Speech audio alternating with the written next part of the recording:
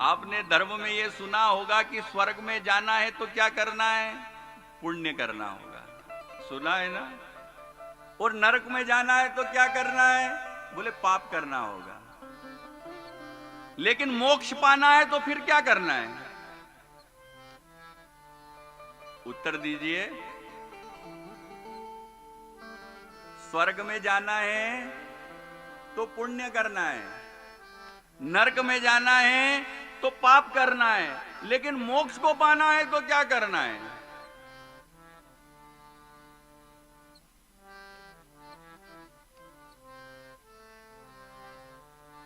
जो पुण्य और पाप दोनों के मार्ग से मुक्त हो गया है ना, वही मोक्ष प्राप्त कर पाता है। जिसके पास पाप और पुण्य है, सुख और दुख है, स्वर्ग और नरक है, जो द्वंद्व में फंसा हुआ है, जो द्वैत में फंसा हुआ है, वो मोक्ष को प्राप्त नहीं करता है। मैं कल ही चर्चा कर रहा था, कल मुझे रात्रि में प्रश्न किया था,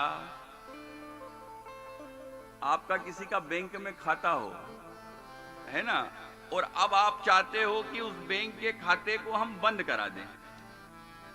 कुछ लोगों के खाते में पैसे होते हैं और कुछ लोगों के खाते माइनस में चलते हैं, ओवरड्राफ्ट रहते हैं, बैंक को उनसे लेना रहता है।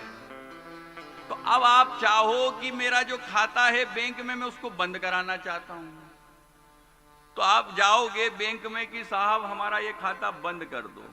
तो बैंक वाला क्या कहेगा आपसे पता है?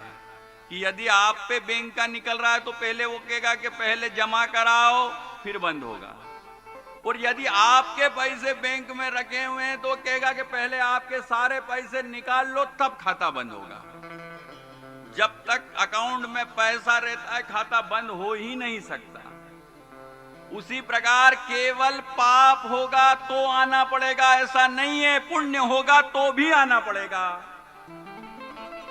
यदि पाप होगा तो दुख भोगने आना पड़ेगा, यदि पुण्य होगा तो सुख भोगने आना पड़ेगा। जब तक पाप और पुण्य दोनों समाप्त नहीं हो जाते, जब तक मोक्ष की प्राप्ति नहीं होती है। तो आप कहोगे तो क्या पुण्य करना ही छोड़ दें फिर?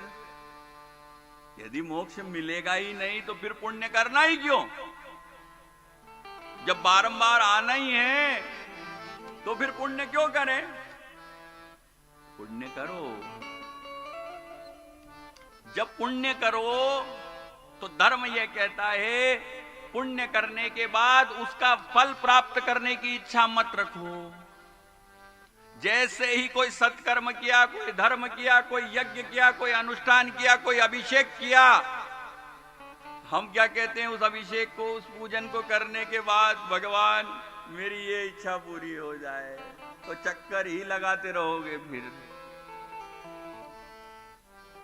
आपको यह कहना पड़ेगा कि इस निमित्त मुझे जो कुछ भी फल प्राप्त होने वाला हो भगवान, मैं आपके चरणों में उसे समर्पित करता हूं। तब वो पुण्य आपके अकाउंट में नहीं जाएगा तो आपको फिर पुण्य भोगने के लिए भी नहीं आना पड़ेगा।